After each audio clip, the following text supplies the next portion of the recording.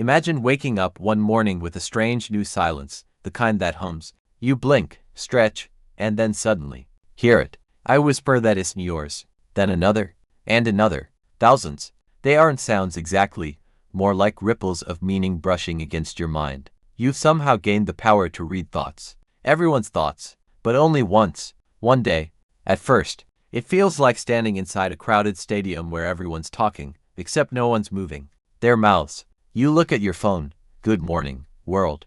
And the world answers back. A flood of thoughts hits you from every direction. Your neighbor's thinking about pancakes. Your boss is worried about rent.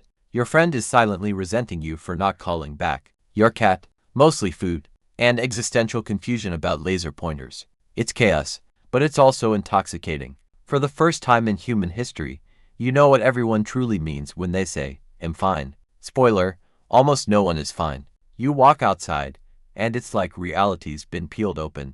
Every stranger passing by carries a storm of inner noise. Regret, hunger, plans, fears, memories. The barista at the coffee thinks he's cute, but he looks tired. The old man at the bus stop silently prays his son will call today.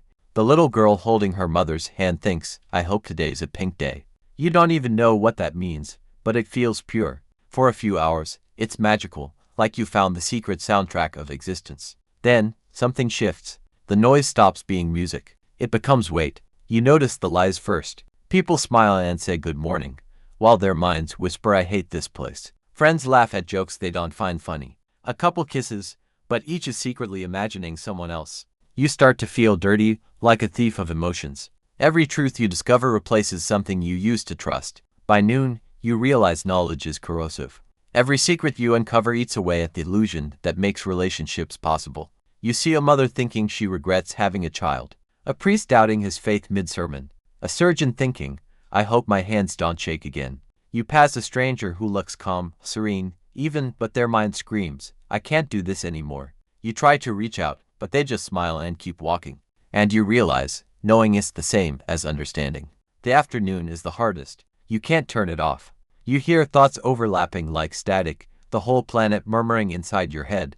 You hear love, hate, hunger, lust, guilt, despair, billions of unfinished sentences all at once. The human mind wasn't built to carry this much truth. You're drowning in consciousness. You run. You cover your ears, but the noise isn't coming from outside. It's inside you. You start to lose sense of where you end and they begin. You scream, not because you're scared, but because you finally understand how alone everyone really is, even when surrounded by billions. And then, as quickly as it began, it stops. At midnight, the voices fade. Silence returns, vast and unfamiliar. You expect relief, but what you feel instead is loss. It's like waking from a dream you can't quite remember, except you know it mattered. You try to recall the voices, the details, the emotions, but they slip away, like mist through your fingers. In the days that follow, life goes back to normal. Your boss still complains. Your neighbor still burns pancakes. Your friends still smile. But you've changed. You know what hides behind every polite word, every small talk, every how are you? And you answer honestly now, not because you expect truth in return, but because you finally understand how heavy pretending can be. Months later, you still catch yourself wondering, what would humanity look like if we could all hear each other? Not our words, but our thoughts. Would empathy bloom, or would society collapse under the weight of its own honesty? Would love survive, if everyone knew every secret, every doubt, every fleeting desire? You remember one thought from that day, the clearest one of all. It came from a stranger sitting quietly on a park bench.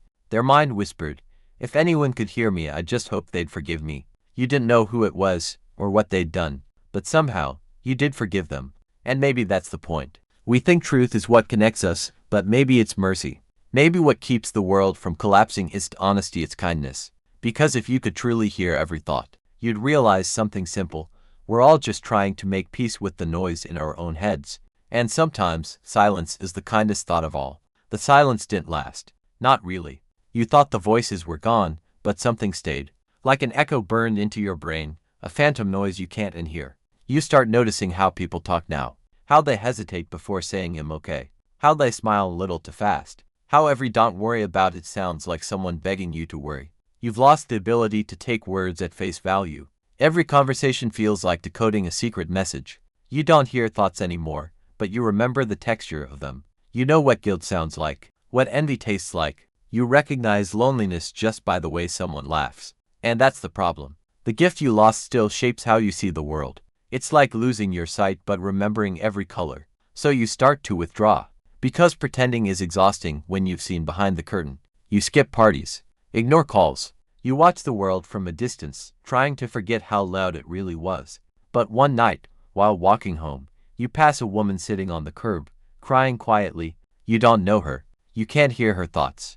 But somehow, you feel them. That same soft weight in your chest, the one you used to hear in everyone else. You sit down beside her. You don't ask what's wrong. You just sit there, silent, present, and for the first time since losing your ability, you understand something new. Maybe the point of hearing thoughts wasn't to know what people feel, but to remember that they do. Over the next weeks, you start listening differently. Not to words, to pauses, to sighs, to how someone looks at their phone before answering, or how long they take to say nothing's wrong. You realize empathy doesn't need telepathy. It needs patience. Still, there are moments you miss it. When you wish you could peek into someone's mind again, not to expose them, but to comfort them, to reach that invisible place between thoughts and fear. And then one morning, you wake up, and for just half a second, you hear it again. A single thought, not yours, soft, quiet, familiar. It says, "Thank you for listening." You freeze. You look around. There's no one there. Maybe it was real. Maybe it was memory. Or maybe it was the world, whispering back. Because once you've truly heard humanity, you never stop listening for it. It's been a year since the noise went silent. And sometimes, you wonder if it ever happened at all. You've built a quiet life, morning coffee, long walks, polite nods to strangers. You're almost normal again. Almost, because sometimes, you still catch whispers in between the silence.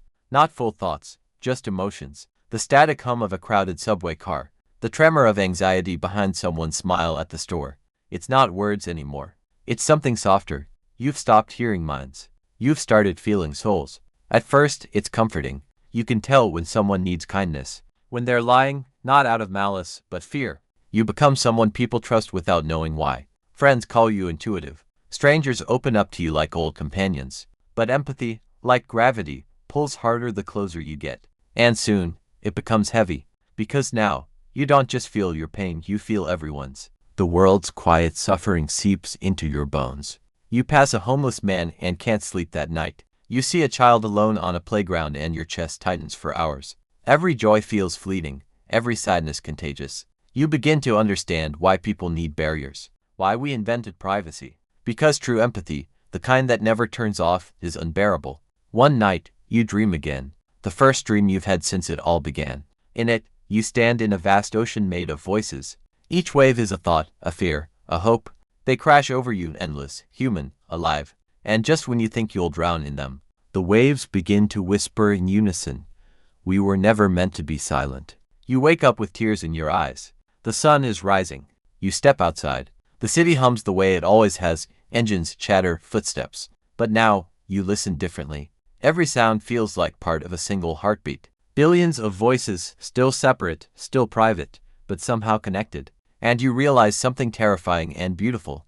Maybe you did lose your gift. Maybe everyone has it, just turned down low, like background music. We've all forgotten how to hear each other. We traded telepathy for distraction, empathy for convenience. You smile to yourself, because now you know the thoughts never really left. They're still out there, waiting for someone to listen closely enough. So you start again, not as a mind reader, but as a listener. You record stories. You write them down. You speak for those who can't. You become the bridge between silence and sound. And maybe, just maybe, someone out there hears you the same way you once heard them. Because every mind is a mirror. And every mirror, eventually, reflects the same truth.